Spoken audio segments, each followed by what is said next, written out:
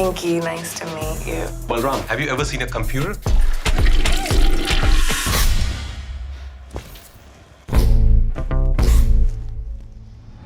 One of the first जब हमारे productions में वहाँ पे काम चल रहा था तो मैं अपने को एक्टर को एक सीक्रेट बताना था मुझे, तो मैंने उसको सीक्रेट ऐसे ही बताया।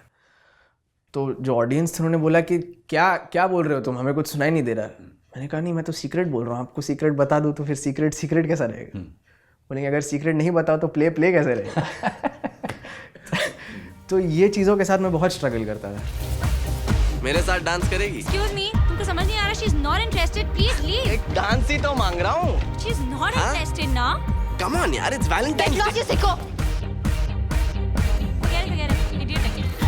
नमस्ते, मैं हूँ आदर्श गौरव और आप मुझसे मिलिए प्रोग्राम गुफ्तगू में। जैसे जी किया